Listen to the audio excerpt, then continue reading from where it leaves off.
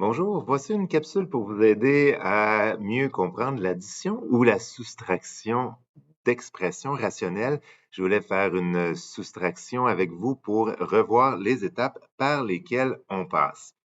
Je pars avec celle-ci dans laquelle les numérateurs et dénominateurs doivent être factorisés pour commencer. Alors, je vais réécrire mes expressions en les factorisant lorsque c'est possible. X plus 6 ne peut pas se factoriser, alors que ici, dans le dénominateur, on peut mettre en évidence le X. Toujours penser à notre mise en évidence avant tout, si on peut. Dans ce cas-ci, il va rester x à la 2 plus 8x plus 12. Donc, je viens déjà de factoriser, mais ce n'est pas complet. Si je peux refactoriser la parenthèse, je devrais le faire par la suite. Le numérateur de la deuxième fraction ne se factorise pas. Par contre, le dénominateur, on peut faire une mise en évidence simple de 2. Il reste x plus 2.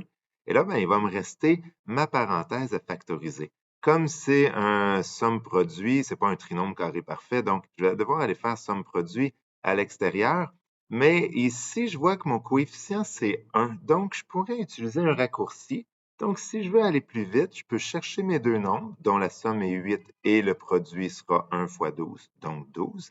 1 et 12 ne fonctionnent pas. 2 et 6, rapidement, on trouve que c'est les bons deux nombres. Les deux nombres sont de même signe.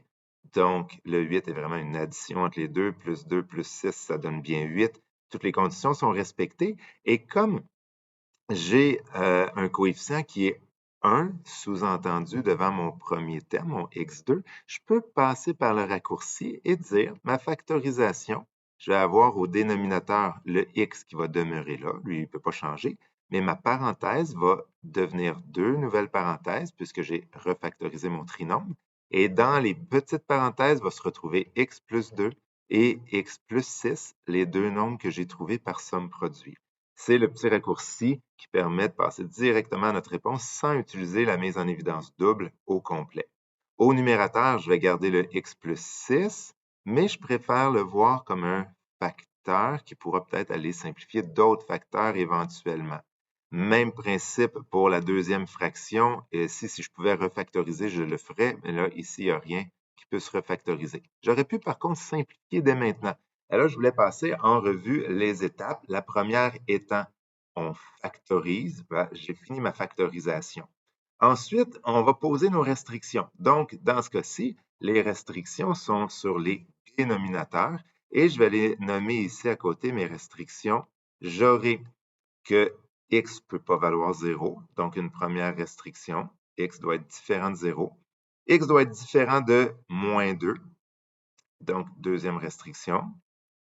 X doit être différent de moins 6, donc troisième restriction. Et finalement, moins 2 étant déjà nommé, je n'ai pas d'autres restrictions. Je ne vais pas voir le numérateur. Ce n'est pas une division, donc j'ai seulement les dénominateurs à m'assurer qu'ils sont non nuls, qu'ils ne valent pas 0. Donc, une fois que mes restrictions sont faites, attention à la petite étoile ici de laquelle on a parlé. Avant de trouver un dénominateur commun, il est important de simplifier chacune des fractions si on le peut. Simplifier chacune des fractions. Ici, on peut. On a un facteur x plus 6 qui va aller simplifier un autre facteur x plus 6. Attention, on ne peut pas simplifier le x avec le x parce qu'en haut, si je ne le vois pas comme un facteur entre parenthèses, il y a une addition. Donc, je ne peux pas simplifier quand j'ai des additions, des soustractions. Par contre, le x plus 6, comme s'il se faisait multiplier par 1, lui, il peut se simplifier avec l'autre facteur x plus 6 à l'étage du bas. Donc, dans ma fraction de gauche, il ne va rester en haut que 1 et en bas, il va rester x fois x plus 2. Les deux facteurs qui ne se sont pas fait simplifier. Je ne peux pas simplifier davantage. Ma deuxième fraction aussi peut se simplifier en divisant le 6 par 2, ça laisse 3. Le 2 divisé par 2, ça laisse 1. Donc, je vais diviser par 2 à chaque étage. Je vais donc avoir une nouvelle fraction réduite qui va être 3 sur x plus 2. Encore là, je préfère le voir comme un facteur, donc je le mets entre parenthèses pour mieux trouver mon dénominateur commun. Donc, une fois que j'ai fait mes simplifications, là, ce sera le temps d'aller chercher mon dénominateur commun. Donc, le dénominateur qui sera le même pour les deux fractions. Ce que je devrais faire, là, je vais poursuivre ma démarche un petit peu plus haut ici. Ce que je devrais faire, c'est transformer ma première fraction sur un dénominateur et faire en sorte que la deuxième fraction soit sur le même dénominateur. Ce dénominateur-là devra contenir tous les facteurs qu'il y avait en bas de chaque fraction. Donc, comme la fraction de gauche possède deux facteurs, ben, ces deux-là devront être présents dans le dénominateur commun. Donc, c'est sûr à 100% que x fois x plus 2 va se retrouver dans mon dénominateur commun. Donc, je peux l'écrire dans les deux dénominateurs puisque les deux sont pareils. Par contre, est-ce que c'est complet? Là, il faut que je valide avec les facteurs de la deuxième fraction. Donc, en bas de la deuxième fraction, j'ai x plus 2. X plus 2 est déjà présent, donc je n'ai pas besoin de l'ajouter une autre fois. Il est déjà là, ce facteur-là. Donc, mon dénominateur commun, que j'appelle, possède tous les facteurs que j'avais en bas de chacune de mes fractions. Donc, je peux transformer mes deux fractions sur ce nouveau dénominateur-là. Par contre, quand je transforme, bien, évidemment, ça a une influence sur les numérateurs. Comme la première fraction n'a pas changé en bas, elle ne changera pas en haut. Le 1 va rester 1. Mais la deuxième fraction, le dénominateur a changé. Il y a un fois x qui s'est ajouté par rapport à ce qu'il y avait avant. Donc, le fois x va devoir aussi s'ajouter en haut. Donc, il y avait déjà 3 qui va se faire multiplier par x. Donc, ce que j'ai fait en haut de ma fraction, c'est-à-dire à ma deuxième fraction, c'est comme si j'avais fait fois x à chacun des étages de ma fraction. Donc, je me retrouve avec une fraction équivalente, mais qui est sur le bon dénominateur pour se faire soustraire à l'autre fraction.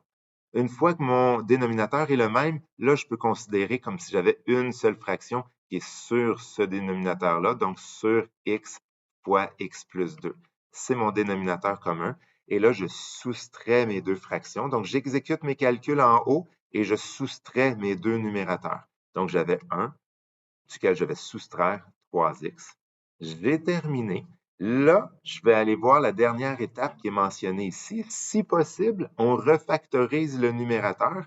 Ici, au numérateur, je n'ai pas de diviseur commun. Je ne peux pas faire de mise en évidence simple. Ce n'est pas une différence de carré. Donc, aucune factorisation possible, mais j'y pense. Je dois vérifier si je peux refactoriser parce que peut-être qu'en refactorisant, ça me permettrait une nouvelle simplification pour donner une fraction qui est encore plus réduite ici.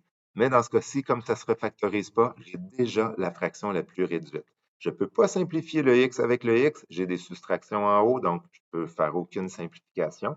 Et je ne peux pas refactoriser. Donc, je suis bloqué. J'ai la version la plus réduite. C'est ma réponse de la soustraction demandée. Alors, j'espère que ça peut vous aider à comprendre les additions ou soustractions d'expressions rationnelles.